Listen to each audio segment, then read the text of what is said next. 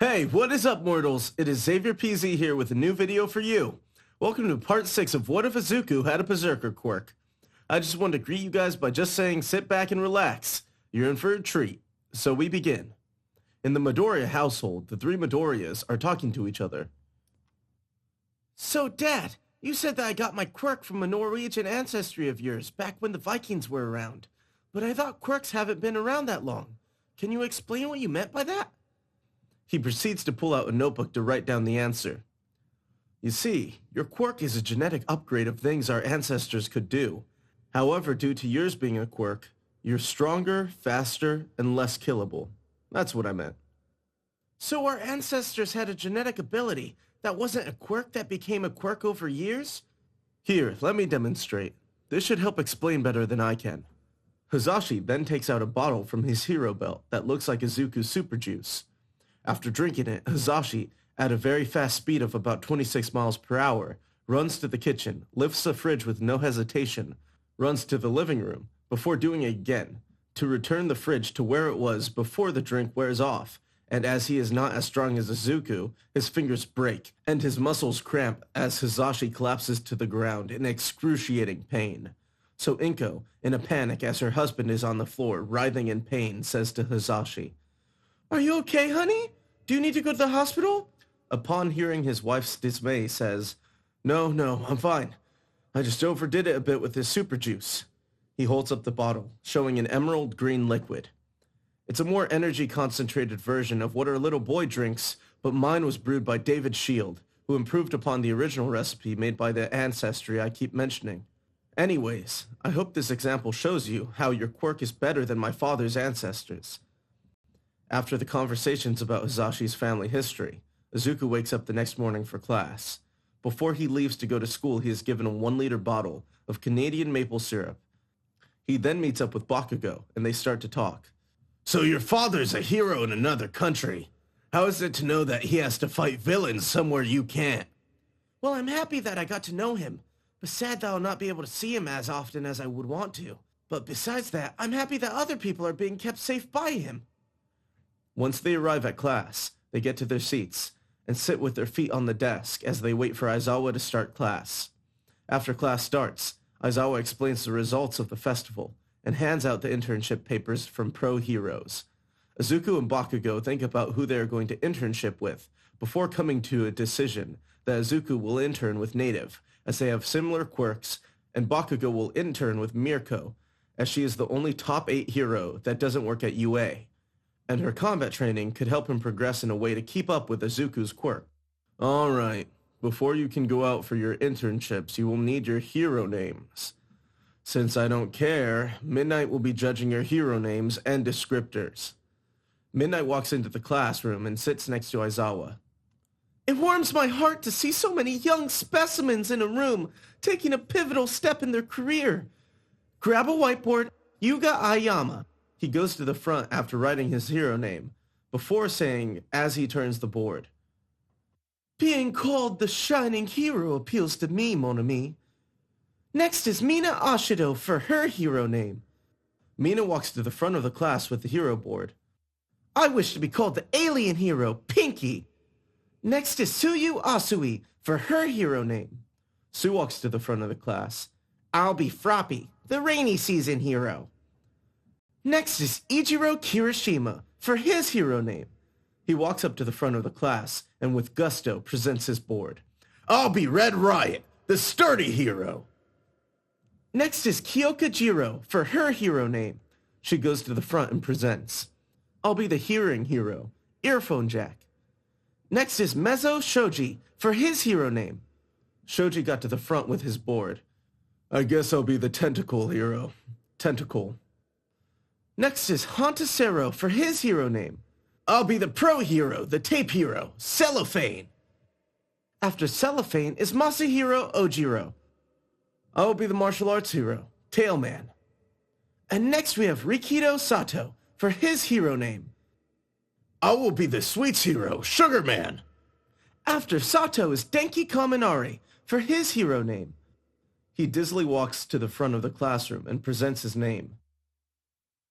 My name will be the stun gun hero, Charge Bolt. Next we have Toru Hagakure. I'll be the stealth hero, Invisible Girl. Next we have Momo Yayorozu.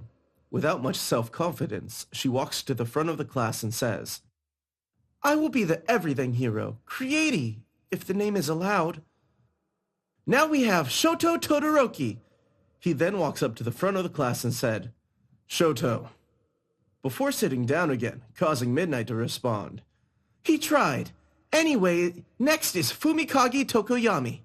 He darkly walks up to the front of the classroom. I'll be the jet black hero, Tsukuyomi. Now it's Koji Koda. They walk to the front of the class and meekly say, the petting hero, Anima. After Koda is Katsuki Bakugo. I shall be King Explosion Murder!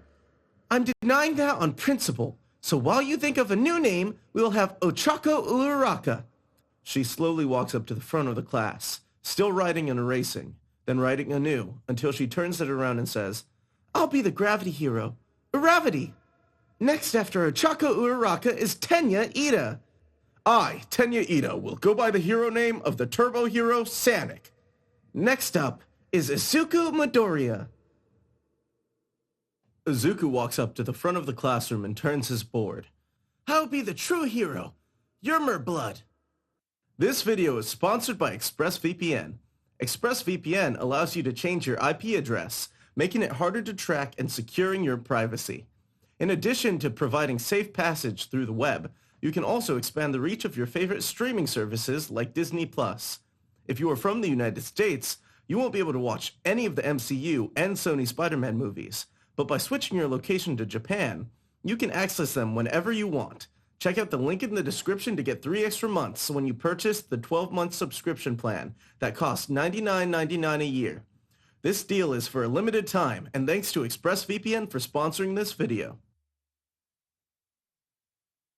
After the class finishes deciding and declaring their hero names, they go back to discussing who they're going to intern with. Once they decide, they give the paper to Aizawa for review.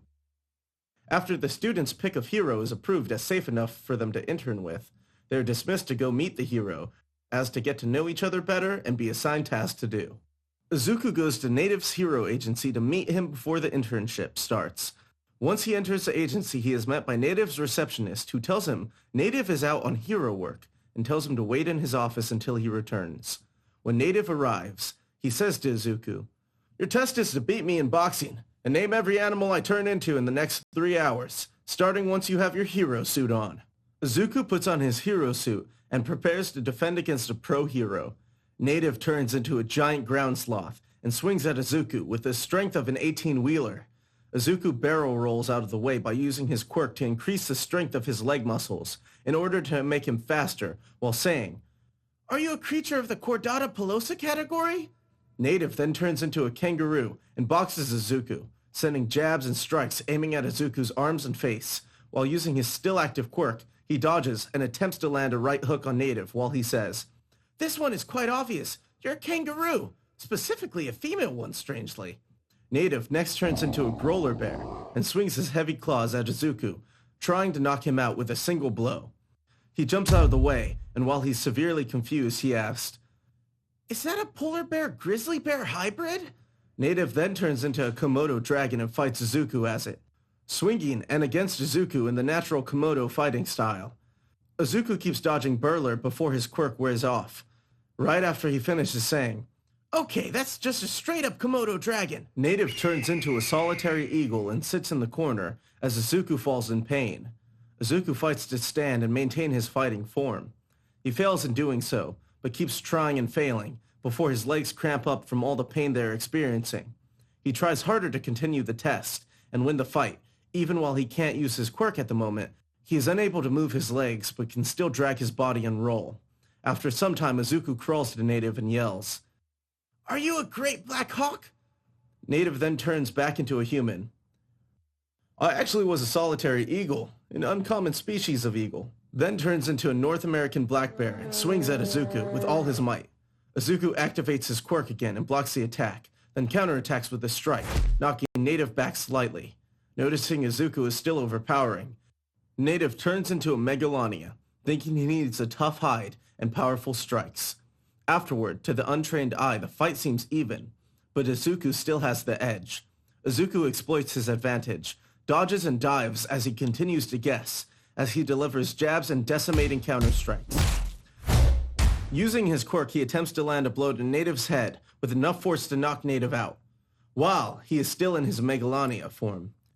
Native attempts to avoid this blow while still swinging for Izuku, but as Izuku's quirk is active, he currently has the better reflexes and is able to redirect his fist to still hit Native, knocking him out and deactivating Native's quirk. After a couple hours, Native wakes up and sees Izuku sitting in front of him.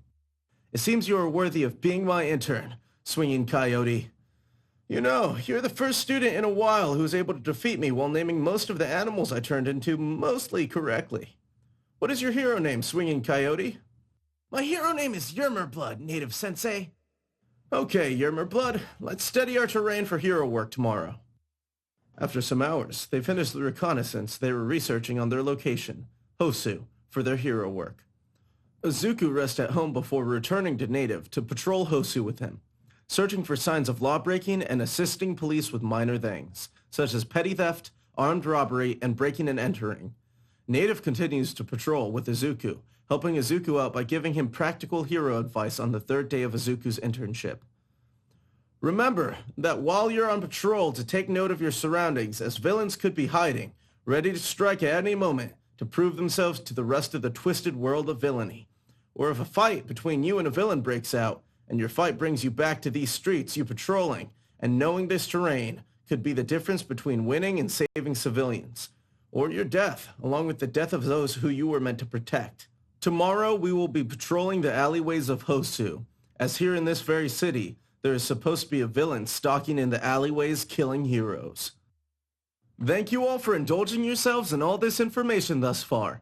I hope you enjoyed it. Now, there are a few more things I'd like to go over before the video ends. Firstly, I'd like to thank our patrons, BD Flames, Ethan Davis, Terry Chills, Shifter Meals, Adam Zagel, Zill, ZaveBeat03, and Joshua Phelps. Secondly, I'd also like to thank all of our YouTube members, Toya Costa, Rob the King, SithLord906, CF2364, and Knuckles, Rimu Tempest, Angel Juarez, Donald C. Stewart, Bryant Greer, and Demonized Fox.